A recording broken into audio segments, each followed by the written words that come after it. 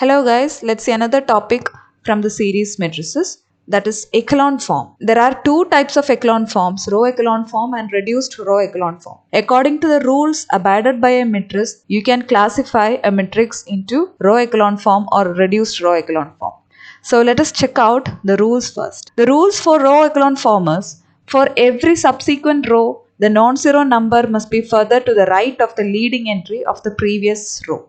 Now, the leading entry of a row means it is the first non-zero number in each of the row. For here in this matrix, you can see 2 is the leading entry in the first row, 7 is the leading entry in the second row, and 5 is the leading entry in the third row. And when you connect these numbers 2, 7 and 5, you can see a staircase format. So that is how the leading entries should be showed up in a matrix. This is another example. That is 1, 4 and 2 are the leading entries of their respected rows and they form a staircase manner. And the second point is all entries below a leading number must be 0. You can see zeros below 2 and the entry below 7 is 0, and in the next matrix also zeros are aligned up below the leading entry 1, so is below the leading entry 4, and 0 is below the leading entry 2. And the third rule is all non-zero rows should be above the 0 rows. That is, if you come across a 0 row in a matrix, that should be put in the far bottom of the matrix.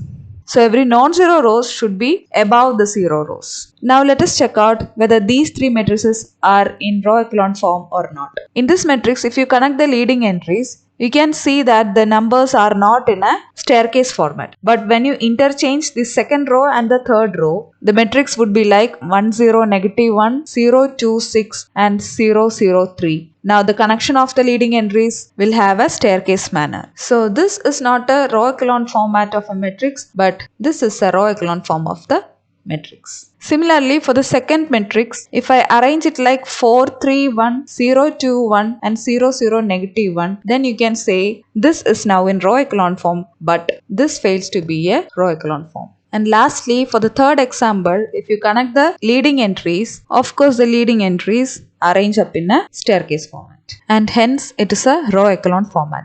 Now what is a reduced row echelon form? Along with the first three rules, if a matrix obey these two rules more, then you can say that the matrix is in reduced row echelon form. Let us see what the extra rules are. That is, the leading entry should be definitely equal to 1.